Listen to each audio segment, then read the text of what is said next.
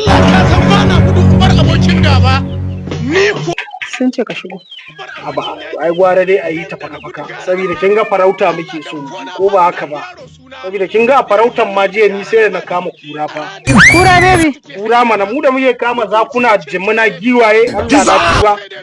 Lalle baby nan jarumi ne. Aba, ai mu je kawai farautar nan ma fa ina gaya miki in dai bana nan ba sa iya zuwa. Saboda haka da Allah mu je faka-fakan samu. sai dai ko kan mai mushin ba zai doka ba. Sai dai ko kan mai kahon ba zai doka.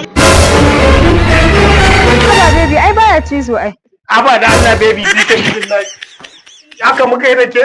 Baya cizo baby. Ya za ki sake min wannan naman dajin fi sabilillahi. Aba wani irin baya cizi ki duba abin da yake ci ba. Kai da kace jiya kun kamo kura?